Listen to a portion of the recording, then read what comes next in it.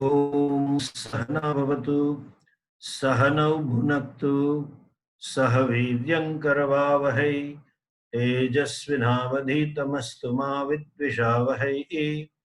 ओम शांति शांति शांति। श्रुतिस्मृतिपुराणानामालयं करुणालयं नमामि भगवत्पादं शंकरं लोकशंकरम्। शंकरं शंकराचार्यं केशवं बादरायणम् सूत्रभाष्यकृतौ वन्दे भगवन्तौ पुनः पुनः।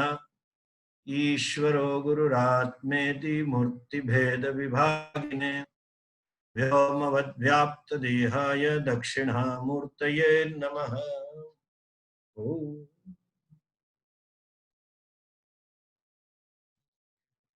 नारायणं नमस्कृत्य नरं चैव नरोत्तमम् देवीं सरस्वतीं व्यासं ततो जयमुदीरयेत्। ओम।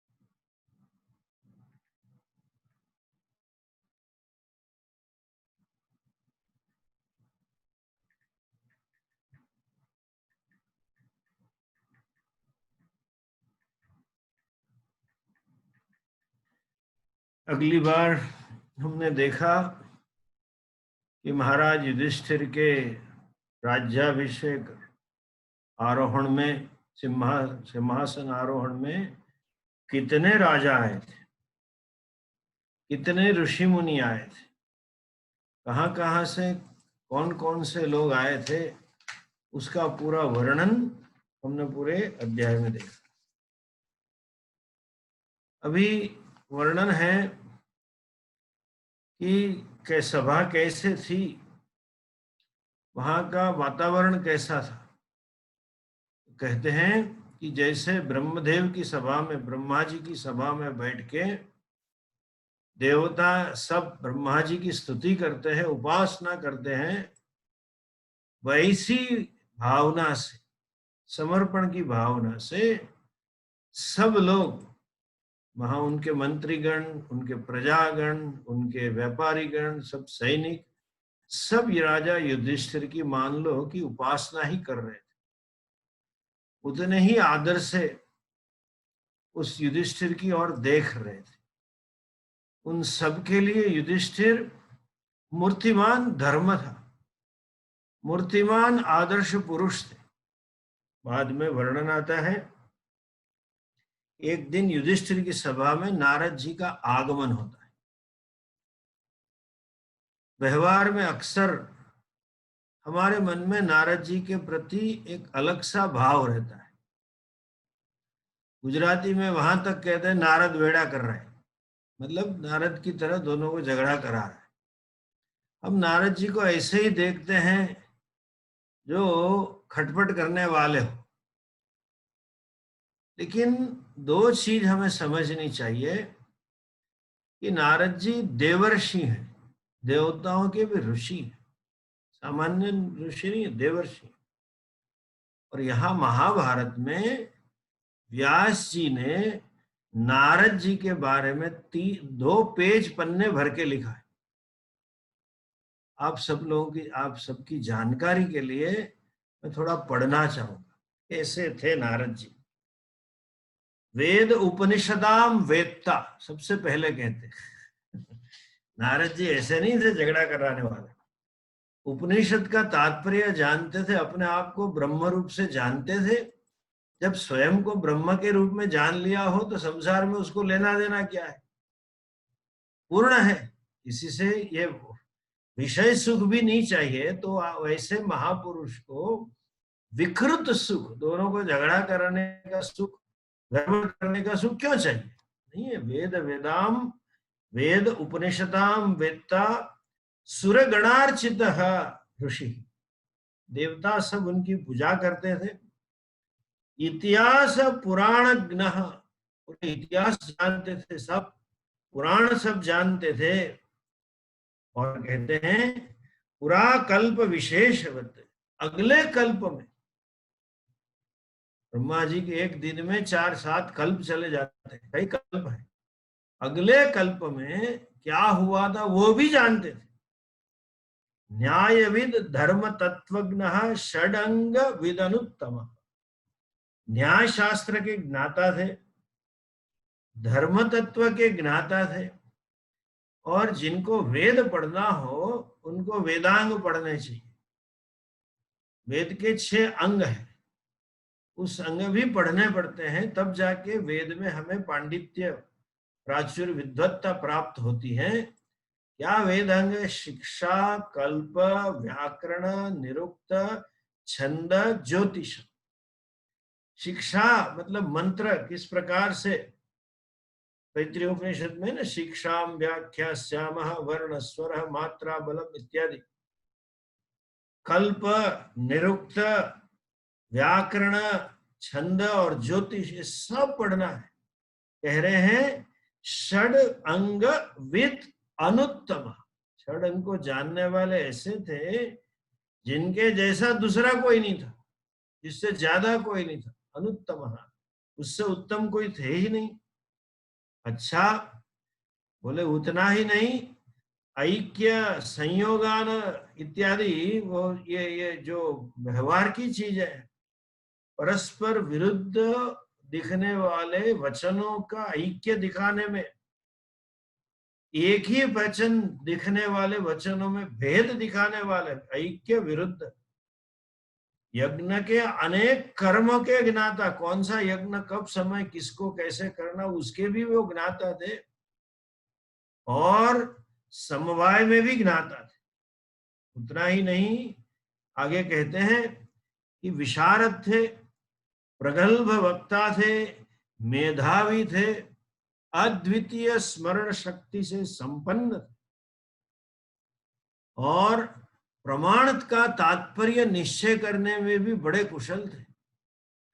इस शास्त्र प्रमाण का तात्पर्य क्या है? देखिए, जीवन में भी हमें सीखना चाहिए। शास्त्र में कुछ लिखा होता है, लेकिन जहां जो लिखा है उसको पूरे शास्त्र के संदर्भ में हमें देखना चाहिए। शास्त्र का तात्पर्य क्या है, उस तात्पर्य के संदर्भ में क्या है। एक मैं सिंपल, एक बड़ा सरल सा दृष्टांत बताऊं आपसे, कि हम गुजरात में कृष्ण भगवान को रणछोड़ कह के बुलाते हैं। हमारे पास यहाँ नडियाद के पास में गांव है डाकोर, वहां रणछोड़ जी का मंदिर है। ठीक है, हम कहते हैं भगवान को रणछोड़। रणछोड़ मतलब जो रण छोड़ के भाग गया हो, युद्ध भूमि छोड़ के भाग गया। वैसे तो ये अपमानवाचक शब्द है। क्षत्रिय के लिए उसका लक्षण ऐसा कहा गया है, युद्धे चापि अपलायनम, क्षत्रिय प्राण जाए लेकिन युद्ध नहीं छोड़ेगा।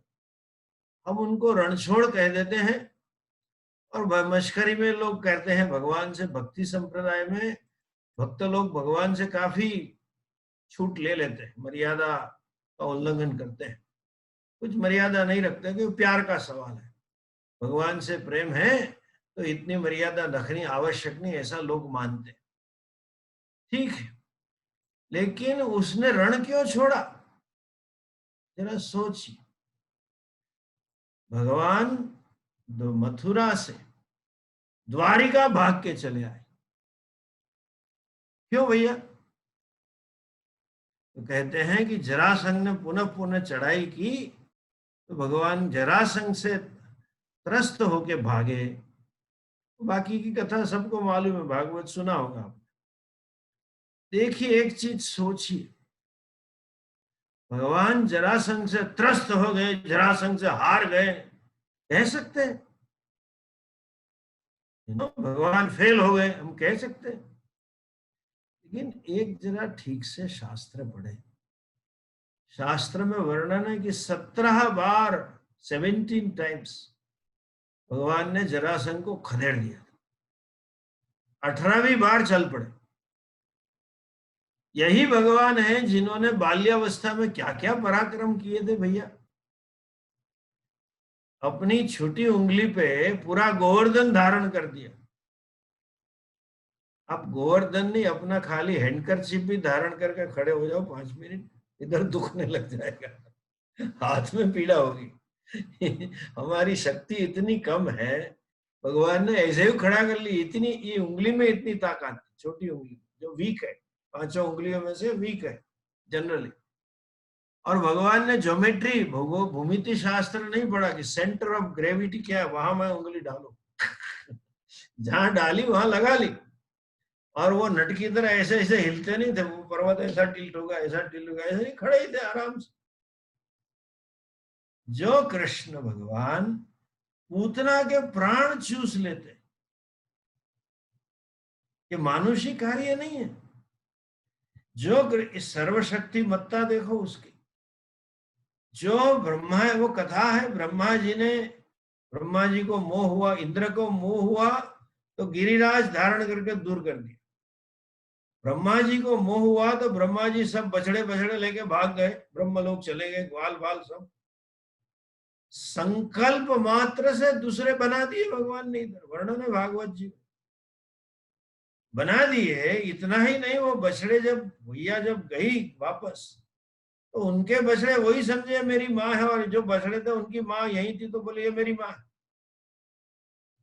जो गोपियां थी वो भी यही समझी कि मेरा बेटा वापस है। कहीं था तो वो डुप्लीकेट था, जेरोक्स कॉपी था, ओरिजिनल तो ब्रह्मा जी के पास था। ऐसा सर्वज्ञ भगवान, ऐसे सर्वज्ञ भगवान, ऐसे सर्वशक्तिमान भगवान, क्या जरासंध को नहीं मार सकते क्या? गलत है। द्वारिका में फैल गए कहना गलत है। सब कुछ कर सकते हैं, कर तुम शक्यम अकर तुम शक्यम अन्यथा वा कर तुम शक्यम, कुछ भी कर सकते। कि जब वो लीला करना चाहते हैं, कुछ कर्म ऐसे होते हैं समष्टि के, तो वो भी अपनी मर्यादा में रहते। मनुष्य रूप में आते हैं तो जब तक जरासंध के कर्म खत्म नहीं होते, पाप पाप पूरे पकते नहीं है, तब तक नहीं मारते उसको। भीम को निमित्त करके मरवा दिया। तो शास्त्र का तात्पर्य समझना चाहिए। एक श्लोक ऐसा मिलेगा भगवान डर के मारे भाग गए, एक श्लोक ऐसा मिलेगा कि द्वारिका में अधर्म फैल गया, तो उससे ऐसा हम नहीं कह सके भगवान रणछोड़ है, भागे, डरपोक है, बलवान नहीं है, जरासंध ने हरा दिया, नहीं कह सकते, वो लीला थी। हम ये भी नहीं कह सकते द्वारिका में धर्म की स्थापना नहीं कर सकते, वो भी लीला थी भैया। जिसने मुंह में ब्रह्मांड दिखा दिया जसोदा मैया को बचपन में, द्वारिका क्या चीज है? उसके लिए जरासंध क्या चीज है? वेद में वर्णन है, सब देवता क्या डरते हैं। भीषास्माद वातः पवते भीषो देति सूर्य भीषास्माद अग्निश्चेन्द्रश्च मृत्युर्धावति पंचमयी। खुद यमराजा भी डरते, उनके लिए कुछ असंभव नहीं है। समझिए आप, लीला होती है, शास्त्र का तात्पर्य समझना चाहिए। एक श्लोक है, उपक्रम उपसंहार अभ्यास अपूर्वता उपपत्ति ही अर्थवादस्य षडैते तात्पर्य निश्चय। शास्त्र का तात्पर्य निश्चय करने के लिए 6 लिंग, वो प्रमाण से देखना है, ऐसा अनाप शनाप नहीं कह सकते। नारद जी कोई भी शास्त्र के तात्पर्य का निश्चय करने में बड़े कुशल थे। इसलिए कहते हैं कि नित्री ज्ञान में विशारद, प्रगल्भ वक्ता, स्मरण शक्ति संपन्न, नीतिज्ञ, यहाँ वर्णन है। उतना ही नहीं, यहाँ कहते हैं प्रमाण द्वारा करने के लिए तात्पर्य होशियार, और अपर और पर ब्रह्म को जानने वाले, चारों पुरुषार्थ के संबंध में कोई शंका न रखने वाले, और दूसरों को सभी की कोई भी विषय में शंका दूर कर सकने वाले। उतना ही नहीं, संपूर्ण भुवनों में, ऊपर नीचे 14 भुवनों में जितने प्राणी है उन सब की प्रकृति के ज्ञाता, देवता और असुरे में भी वैराग्य उत्पन्न करने के इच्छुक, संधि और संधि और विग्रह कराने में भी होशियार, उसके तत्व को समझने वाले, कैसे आक्रमण करना, कैसे संधि करना, कैसे चुप्पी मार के बैठना, कैसे द्वैधी भाव, मतलब क्षत्रिय धर्म के भी ज्ञाता, राजनीति के सब उपायों के कुशलविद थे, क्रोध रहित थे। देवर्षि नारद ऐसे थे, ऐसे और भी असंख्य सद्गुणों से संपन्न थे। व्यास जी लिख रहे, समझ लीजिए, नारद जी कोई असामान्य नहीं थे। एतैश्च अन्यैश्च अनंतैः बहुगुणैः गुणगुणैः युक्तो मुनिः, जो हमने कहा वो तो ठीक है, लेकिन उसके अलावा भी कई गुणों से युक्त थे नारद जी। अच्छा, लोकान अनुचरन सर्वान आगमत ताम सभाम नृपः, सर्वलोक में निशंक बेरोक टोक वो जाने आने वाले थे नारद जी। ऐसे नारद जी एक दिन ऋषियों की सभा में, जहां घूमते फिरते बुद्धिमान तथा सौम्य अनेक ऋषियों की सभा में जाने वाले और सब देवताओं की सभा में जाने वाले अचानक युधिष्ठिर की सभा में आ गए। जब नारद जी पधारे तो युधिष्ठिर ने बड़े आदर से उनका सम्मान किया, नारद जी को सम्मान पूर्वक उनके स्थान के ऊपर बिठाया। उतना ही नहीं, संपूर्ण धर्म के ज्ञाता युधिष्ठिर ने क्या कहा, राजा युधिष्ठिर ने प्रेम विनय सहित साष्टांग नमस्कार करके अर्घ्यादि उपचार देके सबको प्रसन्न, नारद जी को प्रसन्न किया। तब जाके नारद जी युधिष्ठिर से प्रश्न पूछते। देखिए, एक एक एक एक एक प्रकार परंपरा है, प्रश्न द्वारा शिक्षा दी जाती है। इसी को हम प्रश्न करें कि क्या भैया आपके व्यापार ठीक चल रहा है, आपके मार्केटिंग वाले अच्छी तरह से मार्केटिंग कर रहे हैं आपकी प्रोडक्ट का, आपके मैन्युफैक्चर वाले ठीक से प्रोडक्ट बना रहे हैं क्वालिटी वाइज और उसमें पैसे की भी बचत कर रहे हैं, आपके अकाउंट्स वाले ठीक से हैं भैया, ये अकाउंट्स वाले उसमें गड़बड़ी तो नहीं कर रहे हैं, आपके लेबर निष्ठा से काम कर रहे हैं कि नहीं कर रहे हैं, मतलब करने चाहिए, आपके अकाउंट्स वाले ऐसे होने चाहिए, आपके मार्केटिंग वाले ऐसे होने चाहिए, आपके मैन्युफैक्चरिंग वाले ऐसे होने चाहिए। यहाँ पूरा सर्ग है। मैं जब पढ़ा पहली बार तो मुझे मन में आया कि सभी मैनेजमेंट स्कूल में ये पढ़ाना चाहिए और विशेषतः सभी राजनेताओं को पढ़ाना चाहिए। वो छोटे मोटे राजा तो है, वो चाहे म्युनिसिपल काउंसिलर हो या एमएलए हो या मिनिस्टर हो या चीफ मिनिस्टर या प्राइम मिनिस्टर, राजा को क्या क्या देखना है जरा थोड़ा सुनिए। इसीलिए महाभारत को कहा है ये सर्व ज्ञान इसी में है, जो यहाँ है वो, और सभी शास्त्रों का निचोड़, सभी शास्त्रों का सारांश इसी में छुपा हुआ, इसलिए इसको ऐसा कहा। युधिष्ठिर से प्रश्न करते हैं, कहते हैं राजा, क्या तुम्हारे धन, यज्ञ, दान और कुटुंब रक्षा आदि कार्यों के निर्वहन के लिए पूर्ण पड़ता है? सबसे पहला, गृहस्थी है, राजा है, क्या आपकी संपत्ति आपके लिए पूर्ण है? और क्या तुम्हारा मन प्रसन्नता पूर्वक धर्म में लगता है? क्या तुम्हारे मन को अलग वृत्तियां का विक्षेप तो नहीं पहुंचाती? क्या तुम्हारे मन को अन्य वृत्तियां धर्म से च्युत करने का प्रयत्न तो नहीं करती? उतना ही नहीं, क्या तुम ब्राह्मण, वैश्य, शूद्र इन तीनों वर्णों की प्रजाओं के प्रति अपने पिता और पितामह के द्वारा व्यवहार में लाई गई धर्मयुक्त परंपरा का और उदार वृत्ति का व्यवहार करते हो। अच्छा, धन के लोभ में कभी फंसते हो? केवल धर्म में ही संलग्न होते हो, या आपको धर्म में ही आसक्ति है क्या? और तुम्हारे पास तुम्हारी प्रजा की सेवा करने के अलावा कुछ समय का ज्ञान है? काल का विभाग करके राज्य कारोबार करने के बावजूद भी धर्म अर्थ काम का सेवन करते हो, स्वयं के लिए और अपने कुटुंब के लिए।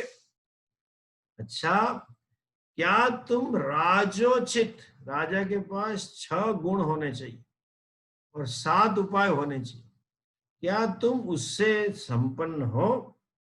6 गुण कहे हैं: व्याख्यान शक्ति, प्रगल्भता, तर्क कुशलता, भूतकाल की स्मृति होनी चाहिए, भविष्य पर हमेशा दृष्टि होनी चाहिए, और छठा है नीति निपुणता। राजा के 6 गुण आप में हैं। राजा को शासन इन 7 उपायों से करना है: मंत्र, औषध, इंद्रजाल, साम, दान, दंड और भेद। अपने गुजराती में साम, दाम, दंड, भेद, लेकिन आगे 3 है: मंत्र, औषध और इंद्रजाल। दूसरा कहते हैं कि आपके पास सैन्य में 14 व्यक्तियों की भली भांति आप परख करते हो। उस जमाने की बात है, 14 में से आज 4-6 आज उपयुक्त नहीं है। क्या है? बोले आप कौन से देश में इस लश्कर को रखना है, किस प्रकार का दुर्ग मतलब महल होना चाहिए। देशो दुर्गम रथो हस्तिर विजयो आधिधिकरण, हाथी, घोड़े, शूर सैनिक, अधिकारी, अंतपुर, सैन्य के लिए अन्न, उसकी गणना, उसका क्रम, उसका शस्त्र, उसका लेख्य, उसका धन, ये सब का ख्याल ठीक से रखा है आपके सैन्य के लिए। उतना ही नहीं, आगे कहते हैं खेती का विस्तार किया है, व्यापार की आपने रक्षा की है, आपने आवागमन के लिए रास्ते और पुल के निर्माण किए हैं, और उनकी निर्माण करने के बाद ठीक से रक्षा और मरम्मत करते हो। अच्छा, आपने सोने और हीरे, महाभारत में देखिए हमारा ज्ञान कैसा होगा। वो नारद जी शब्द समूह के लिए युक्त करते, मतलब वो शब्द पहले से प्रचलित है। आपके राज्य में सोने और हीरे की जो खान है उसके बारे में ज्ञान है और उसकी रक्षा करते हो, अपना अधिकार है। और कर की वसूली आप ठीक समय पे करते हो, ये सब जरा मुझे बताइए। उतना ही नहीं, क्या तुम अपने शत्रु की शक्ति को ठीक तरह से समझते हो, उसके पर निगरानी रखते हो? जब शत्रु बलवान हो जाए अपने से ज्यादा तो तुरंत मैत्री का भाव, और ना हो जाए तब तक दबाने का भाव, और होने न दो बलवान, ये सब जागरूकता से आप काम करते हो। मित्र, शत्रु और उदासीन लोगों के संबंध में तुम्हें ज्ञान है, कौन तुम्हारा मित्र है, कौन शत्रु है, कौन उदासीन है, और उपयुक्त समय के अनुसार संधि विग्रह करना तुम्हें आता है? क्या तुम्हारे बलवान शत्रु को गुप्तचरों द्वारा कृत्रिम मित्र बनाकर उसकी गुप्त मंत्रणा को जानकर तुम रखते हो? राजा की विजय प्राप्ति का मूल कारण अच्छी मंत्रणा और अच्छे मंत्री है। देखिए, जीवन में सीखो, हम सब निर्णय स्वयं करेंगे, हम किसी की नहीं सुनेंगे, ऐसे आगे नहीं बढ़ पाओ। जिंदगी में किसी की सुनना सीखो। अपने पास 2-4 ऐसे लोग होने चाहिए जिनकी हम सुने। ऐसा ही नहीं कि हम अपने आप ही चलेंगे। कि आपके पास सफलता का कारण यह है कि अच्छे मंत्री और मंत्रणा है, और वही उसकी सुरक्षा है। आपके पास विश्वास पात्र मंत्रीगण मतलब मिनिस्टर्स हैं, और क्या तुम असमय कुसमय निद्रा के वशीभूत होते हो? क्या तुम समय पर ही ब्रह्म मुहूर्त में जाग जाते हो? आज के पॉलिटिशियन को विशेष तो बताना है, उनका ब्रह्म मुहूर्त सूर्योदय के बाद ही होता है रात को 12 तक। क्या तुम रात्रि के पिछले भाग में कभी सोने जागते हो, ऐसा बंद नहीं करते हो ना? आगे कहते धन कैसा है आपको है युधिष्ठिर, धन की, राज्य के कोष की वृद्धि का निरंतर विचार करके ऐसे उपाय ढूंढने चाहिए जिससे कि धन की वृद्धि हो। मूल धन लगाने पर कभी ऐसा न होना चाहिए कि वो मूल चला जाए लेकिन उसमें वृद्धि हो। और जो समाज के लोग अब धन में वृद्धि करते, क्या उसमें आप विघ्न कभी डालते हो? देखिए सर्वेंट्स के प्रति कैसी दृष्टि होनी चाहिए। हम भी अपने घर के राजा हैं। क्या आपके श्रमजीवी मनुष्य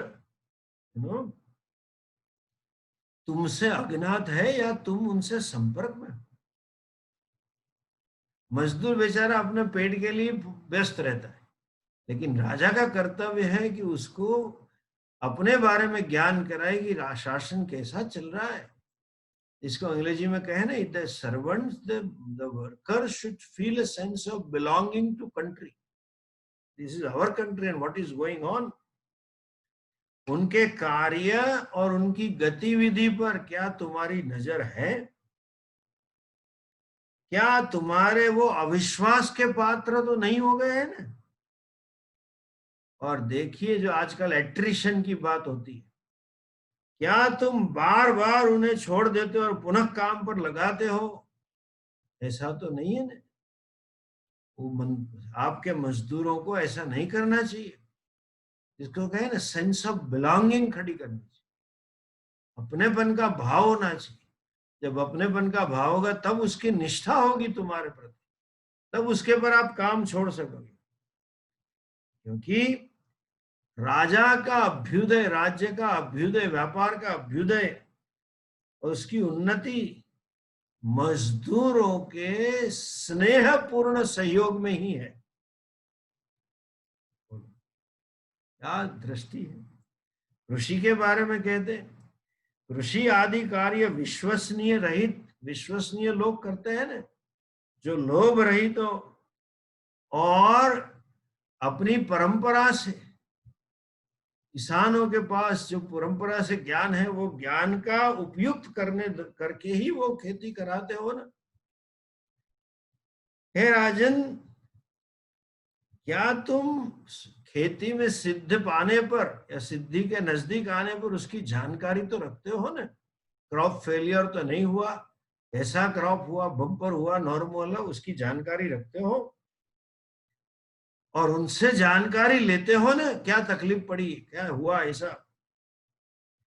आगे देखिए उस जमाने की बात, महाभारत काल, वैसे तो 10-20 हजार साल हुए हम मानते हैं, लेकिन इतिहासकार तो कम से कम स्वीकार करते हैं कि महाभारत को आज से करीबन 7-8 हजार साल हो गए। तो कहते हैं कि तुम्हारे वहां राज्य में जो शिक्षा देने का काम करते हैं शिक्षक वर्ग, वे धर्म के मर्मग्न है। बाद में पूछते क्या वो अपने विषय के मर्मग्न है? Hard skill, expertise in one's own subject, but then they should be expert in niti niyam, way of living, values, attitudes। और तो और ऐसे ही विद्वान राजकुमार और अच्छे जो शिक्षित वर्ग है उसके बच्चों को ही वही लोग पढ़ाते हैं, क्योंकि जो श्रेष्ठ है उनके बच्चे खराब होंगे और वही शासन में आएंगे तो फिर आगे वही चलेगा।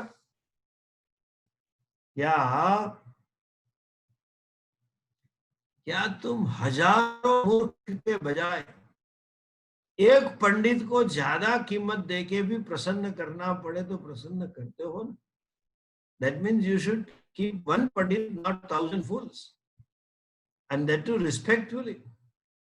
क्या आपके पास ऐसे पंडित है ना जो संकट में अर्थपूर्ण सुझाव तुम्हें दे सके? क्या तुम्हारे सभी महल, धन, धान्य, अस्त्र शस्त्र, यंत्र, शिल्प, धनुर्धर सैनिक इत्यादि से पूर्ण होते हैं? क्या तुम शत्रु पक्ष की सब गुप्तचरों द्वारा भली भांति माहिती रखते हो? शत्रुओं से सतत सावधान रहते हो, उसकी गतिविधियां पर आपकी दृष्टि होती है?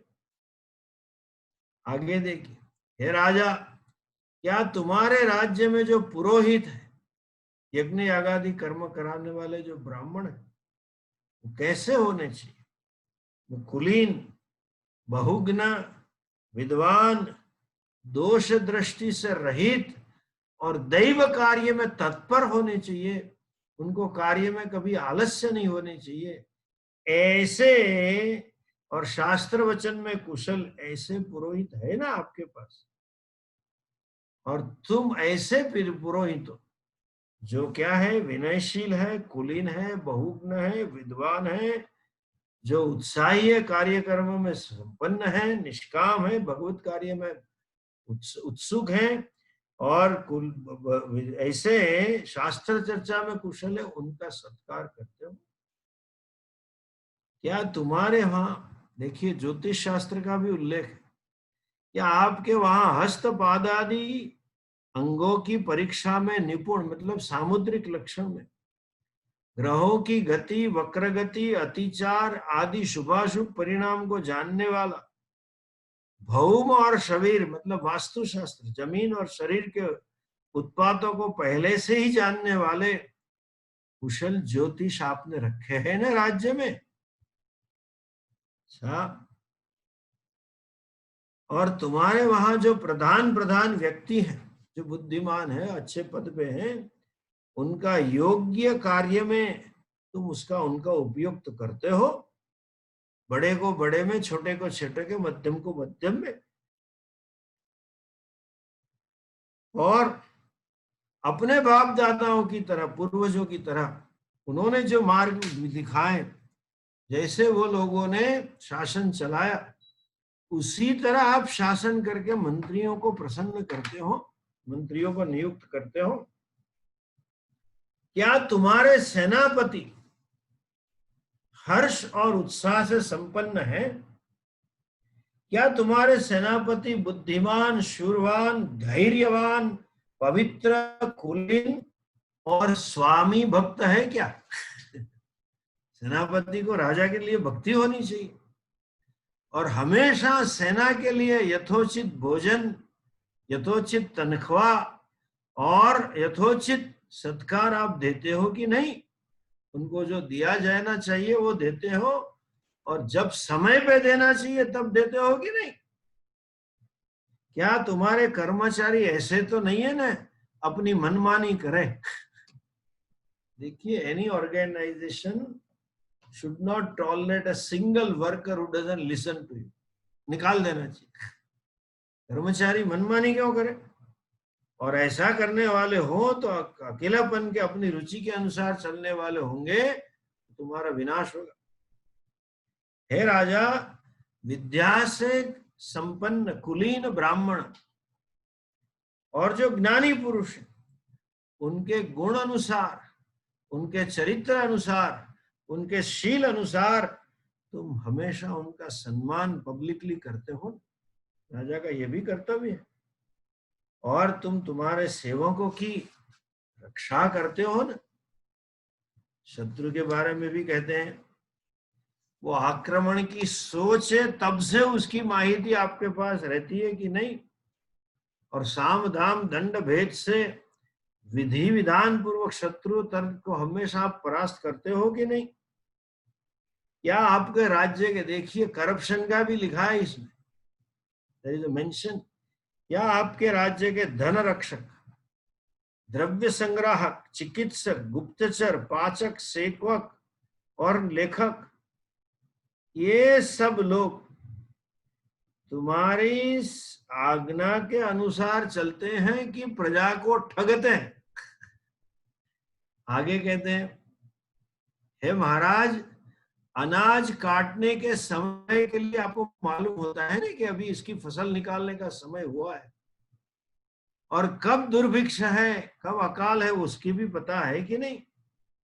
क्या तुम्हारा धन भंडार, अन्न भंडार, वाहन, अस्त्र शस्त्र सब भरे रहते हैं? उसकी भली भांति कोई ध्यान रखता है? और आगे कहते हैं चोर, लोभी शासक, राजकुमार, सुनिए, आपके राजकुमार और आपके राज्य के पदाधिकारी तुमसे तुम्हारे राष्ट्र को पीड़ा तो नहीं पहुंचा रहे? क्या उनसे तुम्हारे राज्य के किसान और मजदूर संतुष्ट हैं? क्या आपका राज्य लोभी, चोर, शत्रु और व्यवहार अनुभव से मुक्त है? व्यवहार अनुभवी से मुक्त है? जरा देख लो, जिनको जिस कार्य में नियुक्त किया है वो उनका बैकग्राउंड, पृष्ठभूमि आपराधिक तो नहीं है? क्या तुम्हारे राज्य में जल से भरे बड़े बड़े तालाब हैं? जल संग्रह की व्यवस्था है? क्या किसानों के पास पर्याप्त बीज होते हैं? और उनको अनुग्रह करने पर, उनके पर अनुग्रह करके आप उनको बीज ठीक से व्यवस्था ला के देते हो? क्या किसानों की फसल हो जाए और बेच ले तब तक उनको अगर पैसे की आवश्यकता हो तो क्या आप ऐसे ही ब्याज रहित ऋण देते हो? क्या आपके राज्य में कर के द्वारा एकत्र करके भी टैक्स के रूप में जो एकत्र किया हुआ धन, संपूर्ण धन आपके अर्थव्यवस्थापक तुम्हें ही पहुंचाते हैं या कुछ बीच में गड़बड़ करते हैं? क्या आपके राज्य की स्त्रियां संतुष्ट हैं? हमेशा पुरुष उनको सांत्वन देते हैं? क्या वो तुम्हारे राज्य में स्त्रियां पूर्ण रूप से सुरक्षित है? क्या तुम तो उन पर पूरा विश्वास करते हो या वो आपके पर करते? और उनके पर विश्वास रख के आप कभी गुप्त बात तो नहीं बताते हो ना स्त्रियों को आपकी राजमहल की? आगे कहते हैं कि रात्रि के अंतिम प्रहर में आप जाग के अपने नित्य नैमित्तिक कर्म करते हो ना? प्रतिदिन ब्रह्म मुहूर्त में उठ के स्नान आदि करके आभूषणों से संपन्न होके, अलंकृत होके आप दैव कार्य करते हो और सुबह में मंत्रीगणों से चिंतन करते हो? क्या आप पथ्य भोजन ही करते हो? नियम पालन करते हो, नियम से जीते हो या शरीर को कष्ट देते हो भोग में? क्या आपके यहां आए याचक बड़े संतुष्ट होके जाते हैं कि आपके वहां ऐसा होता है कि जो मांगने आता है वो कभी आना बंद कर दे, क्योंकि राजा ऐसा ही है, कभी देगा ही नहीं ना देता है, अनाप शनाप बोलता है? और उनके आश्रित जनों, क्या याचक के आश्रित भी जन होंगे, उनके आश्रित जनों की आजीविका वृत्ति के लिए तुम तो देते हो ना पूरा? और सेवा प्रजा की आप धर्माभिमुख होके ही करते हो ना? हे राजा, तुम्हारे व्यवहार से, आपके नियमों से, शासन से किसी प्रजा के मन में आपके लिए क्रोध तो खड़ा नहीं होता है ना? आपके लिए शोक तो नहीं होता है ना? धर्माकुल बुद्धि, धर्मानुकुल बुद्धि और वृत्ति से ही आप शासन करते हो। अगर ऐसा होगा तो ही आपकी आयु और यश को बढ़ेगा और आप अर्थ काम प्राप्त कर पाएंगे। ऐसा ही नहीं, लेकिन तुम शास्त्र कुशल विद्वानों का संग न करके मूर्ख मंत्रियों ने किसी विशुद्ध आदमी को उसका पर चोरी का अपराध लगा के आपसे धन हड़प कर लिया, ऐसा तो नहीं है ना? आपके मंत्री, आपके शासक के अधिकारी कुटिल तो नहीं है ना? आपने जो सत्ता दी है उसका उपयोग किसी अनपराधी को लूटने में तो नहीं करते हैं ना? अगर किया है उन्होंने तो क्या आप उसको ऐसा दंड देते हो कि दूसरा फिर हिम्मत न करे।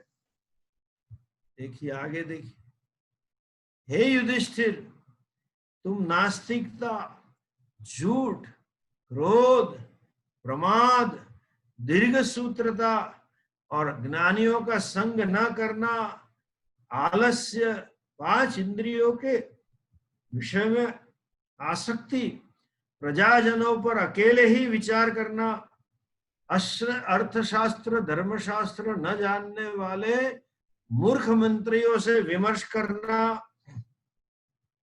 कार्य का निश्चय करने में विलंब करना, निश्चय करके कार्य को शुरू या पूरा करने में विलंब करना, मांगलिक एवं उत्सव आदि न करना, प्रजा की रक्षा न करना, ऐसा तो नहीं करते हो ना? क्योंकि जिन राज्य में इनकी जड़ जम गई हो वो राजा इन्हीं जड़ों से नष्ट हो जाता। आखिर में कहते हैं, क्या तुम्हारे वेद सफल है? क्या तुम्हारा धन सफल है? क्या तुम्हारी गृहस्थी सफल है? और क्या तुम्हारा शास्त्र ज्ञान सफल है? कश्चित्ते सफला वेदा, कश्चित्ते सफलम धनम, कश्चित्ते सफला गृहस्था सफलो गृहस्थाश्रम, कश्चित्ते सफलम श्रुतम ज्ञानम। युधिष्ठिर पूछते हैं कि हे भगवान, ये वेद कैसे सफल होते हैं? कथम वही सफला वेदा, कथम वही सफलम धनम, सफल धन को कैसे कहते हैं? सफल गृहस्थी किसे कहते हैं? सफल ज्ञान कैसे कहते हैं? नारद जी ने कहा, वेदों की सफलता उसमें है, आप नित्य अग्निहोत्रादि जो गृहस्थी को अग्नि कार्य करना होता है वो आप करें। अच्छा, धन सफल कब होता है? जब धन का उपयोग दान में करते हैं प्रथम, फिर धन का उपयोग भोग में करते हैं, निरर्थक संग्रह ना करें, अनावश्यक, तब धन सफल होता है। आज मैं बोलना चाहूंगा कि आजकल देखिए कैपिटलिस्ट इकोनॉमी के कारण, इकोनॉमिक मॉडल के कारण वेल्थ जनरेशन बहुत हो गया, बड़ा पैसा बड़ा हो गया। मुझे याद है मैं छोटा था तो इवन 66-68 के टाइम पे 1000 रुपये बहुत बड़ी चीज थी। 1000 वाले तो बड़े लोग कहलाते थे, 1000 हर महीना जिसके पास हो। आज लाख की भी कीमत नहीं है। वेल्थ जनरेशन बहुत हुआ, लेकिन एक दूसरी मानसिकता है, सब संग्रह करते रहते। गुजराती में इकोतेर पेढ़ी खाए એટલું ભેગું કર, પણ धर्म कार्य में कभी उपयुक्त नहीं, और अपने भोग के लिए भी नहीं करेंगे। क्यों? समय नहीं। बिजनेस इतना बड़ा चौड़ा के बैठे हैं कि भोग करने का ही समय नहीं। ये धन की निष्फलता है। धन का उपयोग 3 गति है। अधम गति है संग्रह करके छोड़ के जाना बच्चों के लिए, मध्यम गति है सिर्फ उपभोग करना, उत्तम गति है धर्म करना, दान करना, पुण्य करना और फिर उपभोग करना, संग्रह वृत्ति से पर होना। तो बोले धन इसमें सफल होता है। गृहस्थी की साफल्य क्या है? क्योंकि गृहस्थ के काम जो परमिसेबल भोग है, आप भोग रहे हो और आपके पास संतति होनी चाहिए, बाल बच्चे हो ना घर में। क्यों? उन्हीं के द्वारा धर्म टिका हो, बच्चों के द्वारा ही संस्कृति टिकी। आप जो वैल्यू देंगे वो लेके बड़े होंगे, तो तब जाके गृहस्थी सफल होती है। और शास्त्र सफल कैसे होता है? जब आपके जीवन में शील और सदाचार, शास्त्र का दर्शन आपके जीवन में प्रकट हो, तब सफल होता है। जब विश्वामित्र ने ऐसा कहा, युधिष्ठिर ने, नारद जी ने युधिष्ठिर के प्रश्न के ऐसे जवाब दिए। नारद जी ने पुनः युधिष्ठिर से प्रश्न किया, राजा कर वसूल करने वाले तुम्हारे अधिकारी दूसरों का लाभ उठा दे तो नहीं है ना, करदाताओं के। करप्शन, उनसे दबाना, जरा गाड़ी भेज देना, जरा ये ले आना, ऐसा तो नहीं कर रहे हैं। और व्यापारियों से ठीक ही कर वसूल कर रहे हैं कि ज्यादा ले रहे हैं, या उनका उसका उसका गैर लाभ उठा रहे हैं? जरा मुझे जवाब दो।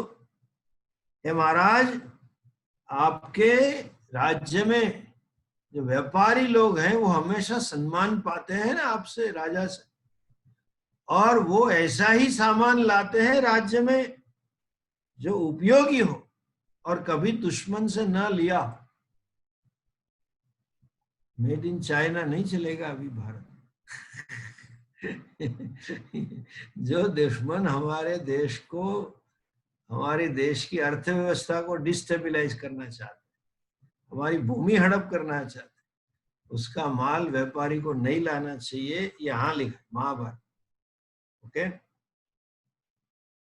You know. और तुम्हारे कर्मचारी छल से ठगते तो नहीं है ना? अपने बुजुर्गों के प्रति कैसी दृष्टि होनी चाहिए?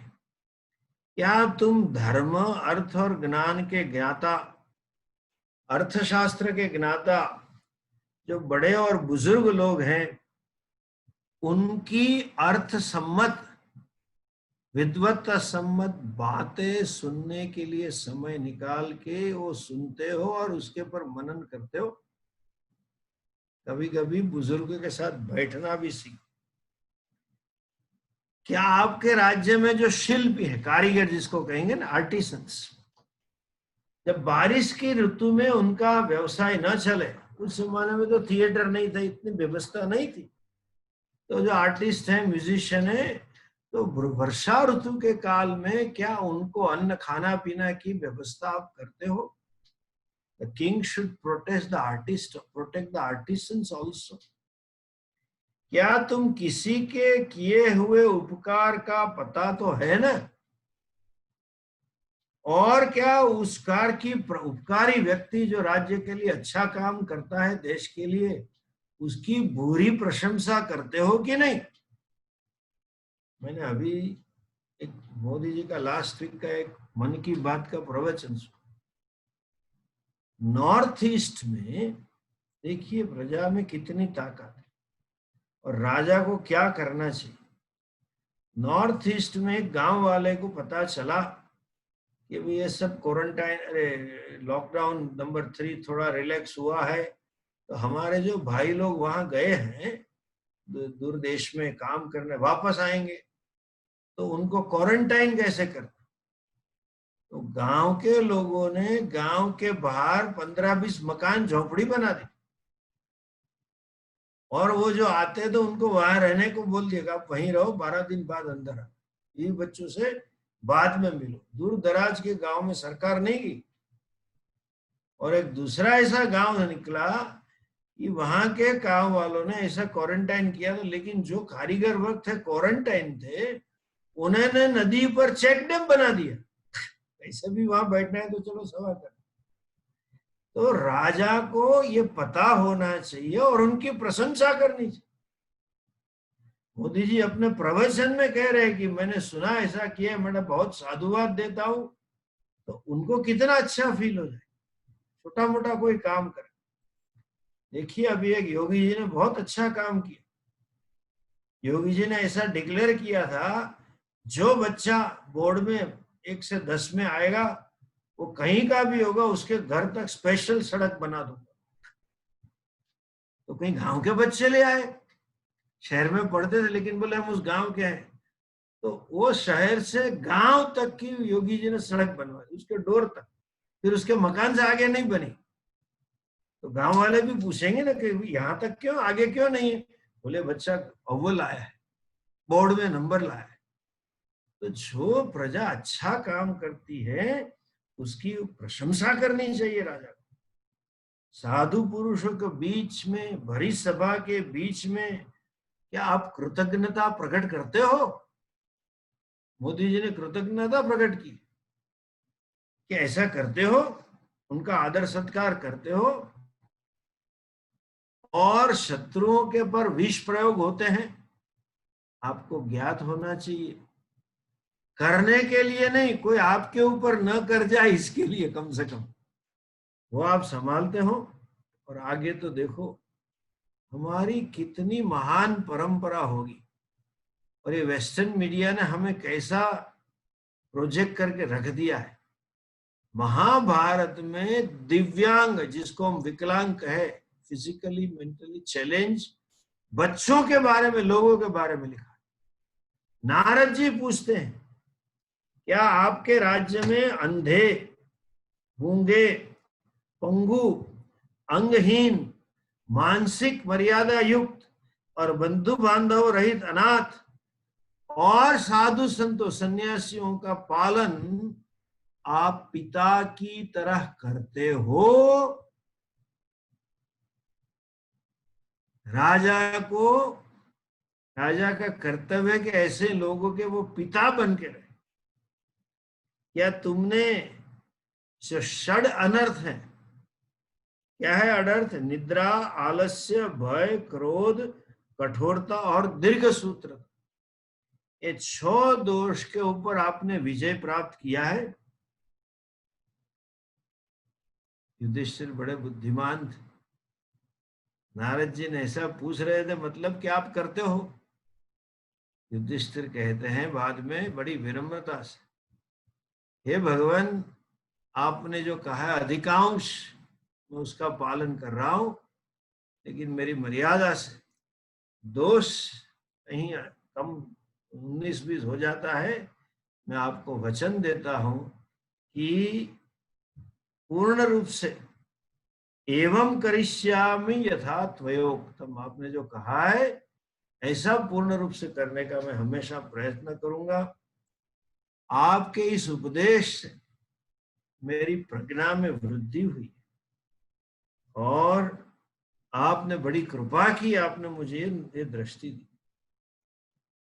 नारद जी कहते हैं, युधिष्ठिर, जो राजा मैंने ये जो चीज बताई इसके पालन करके प्रजा की रक्षा करने में संलग्न रहता है, वो राजा इस लोक में सुख पाता है।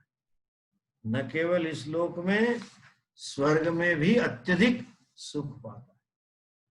युधिष्ठिर कहता है, भगवान, राज्य धर्म का, देखिए धर्म शब्द कर्म के अर्थ, राजा का कर्तव्य, राज्य धर्म का जो यथार्थ सिद्धांत और उपदेश आपने दिया वो बिल्कुल न्यायानुकूल और शास्त्रानुकूल है।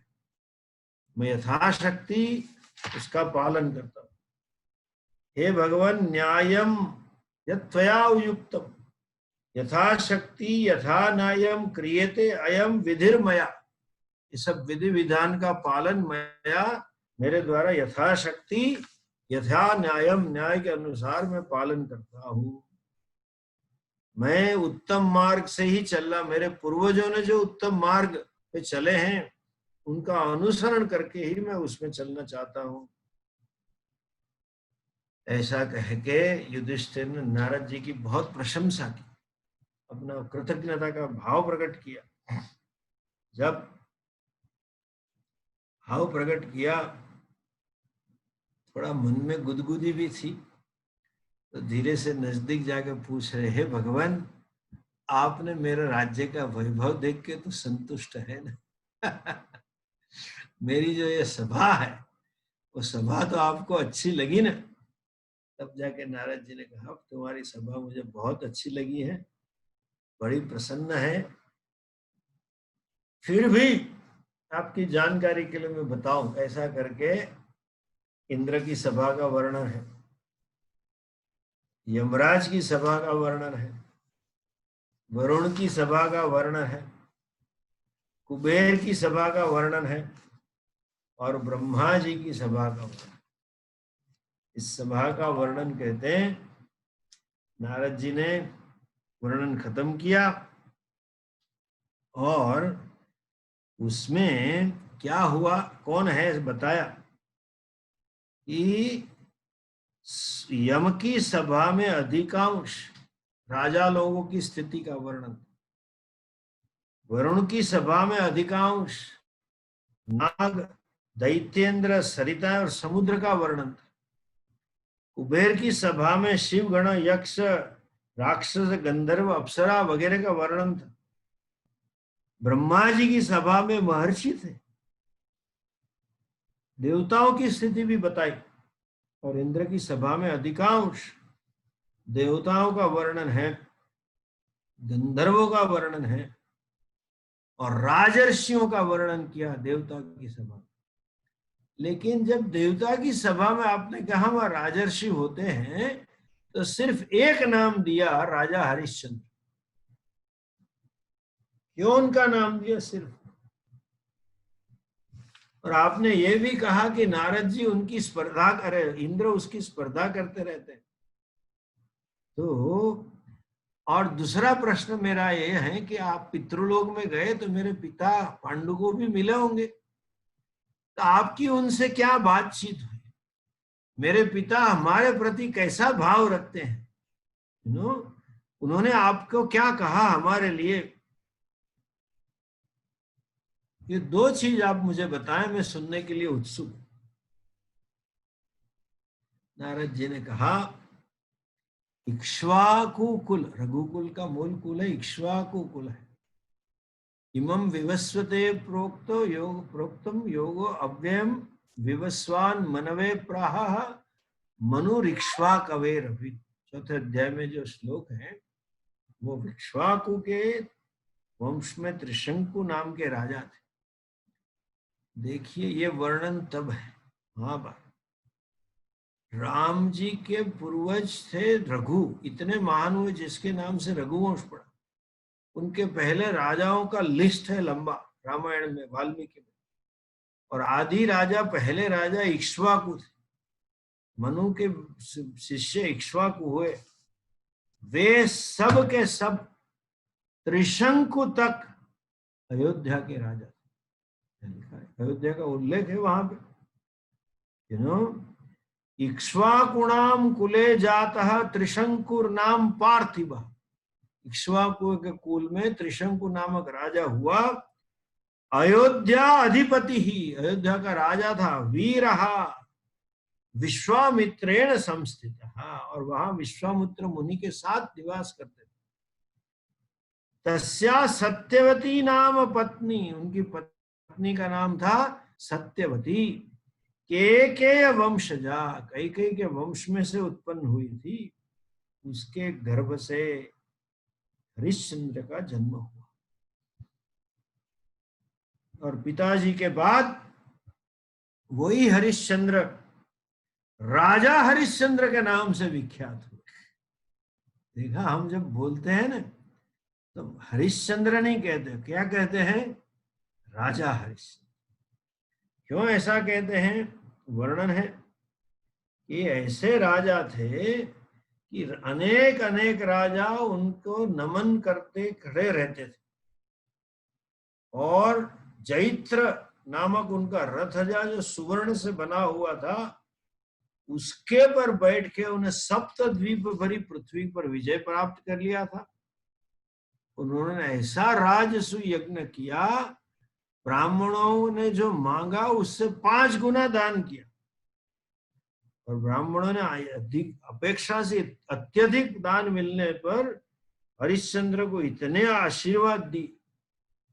और जब सिंहारूढ़ हुए तब उनकी इतनी शोभा प्राप्त हो रही थी, और युद्ध में कभी पीछे नहीं भागे। इसीलिए युधिष्ठिर राजा हरिश्चंद्र को स्वर्ग में स्थान मिला। जो क्षत्रिय संग्राम में पीठ न दिखाकर वही मृत्यु का वर्ण करता है, वो भी देवराज की सभा में जाके आनंद पाता। जो कठोर तपस्या द्वारा शरीर को त्याग करता है, वो भी इंद्र की सभा में जाता है। जो संपत्ति का दान अत्यधिक कर देता है, वो भी स्वर्ग में जाता है। और हरिश्चंद्र की संपत्ति देकर चकित तुमसे कहने के लिए संदेश दिया है। क्या मुझे वहां आ जाता देखे पांडु ने मुझे प्रणाम किए और मुझे कहा कि हे देवर्षि, युधिष्ठिरम वेद इत्थास्तम, वेद यथास्तम, युधिष्ठिर को ऐसा कह दे। क्या कहा है? पांडु ने कहलवा कि तुम्हारे भाई तुम्हारी आज्ञा में रहते हैं, तुमने सारी पृथ्वी जीतने में समर्थ हो, अतः राजसु यज्ञ करो। और आप जब राजसु यज्ञ करोगे तो युधिष्ठिर की तरह यहां भी आ जाओगे इंद्र के पास, और उसका फायदा मुझे भी होगा आपके पिता होने के नाते, और आप अपने सभी पितरों को देवलोक में ला पाओगे। ये संदेश आपने दिया है। तब मैंने युधिष्ठिर आपके पिता पांडु को उस लोक में कहा, तथेति एवं अस्तु एवं भवतु वक्ष्य अहम तव पुत्रम, ऐसा ही मैं तेरे तुम्हारे संतान को कह दूंगा, ऐसा कह के मैं आया हूं। लेकिन देखिए बीज इधर है, आर्षवाणी इधर है। नारद जी कहते हैं कि पिताजी ने कहा है आप भी समर्थ हो, लेकिन हे राजन, ऐसा महान यज्ञ करने में बहुत से विघ्न आने की संभावना होती है, क्योंकि यज्ञनाशक जो एक ब्रह्म राक्षस है वो यज्ञ का छिद्र ढूंढता ही रहता है।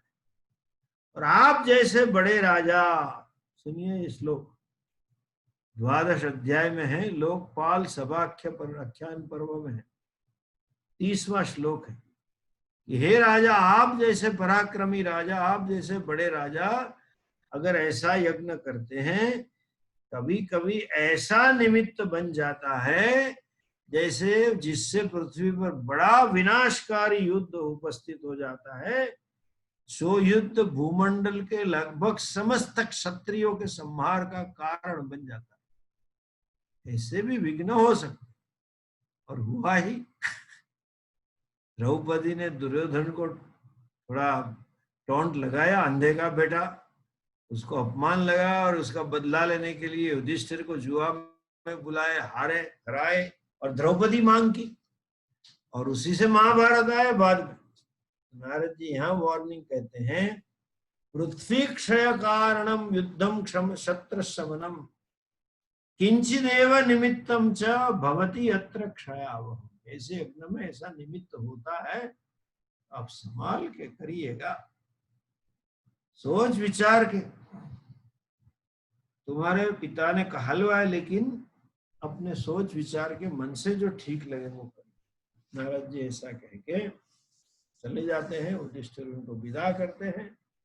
बाद में जो बीज नारद जी ने डाला था युद्ध राजसूय यज्ञ का, वो बीज अंकुरित होके निश्चय होके कैसे वो करते हैं, वो वर्णन है, परसों देख लेंगे, बुधवार के दिन 1 तारीख। ओम पूर्णमदः पूर्णमिदं पूर्णात् पूर्णमुदच्यते पूर्णस्य पूर्णमादाय पूर्णमेवावशिष्यते। ओम शांति शांति शांति। हरि ओम श्री गुरुभ्यो नमः। हरि ओम।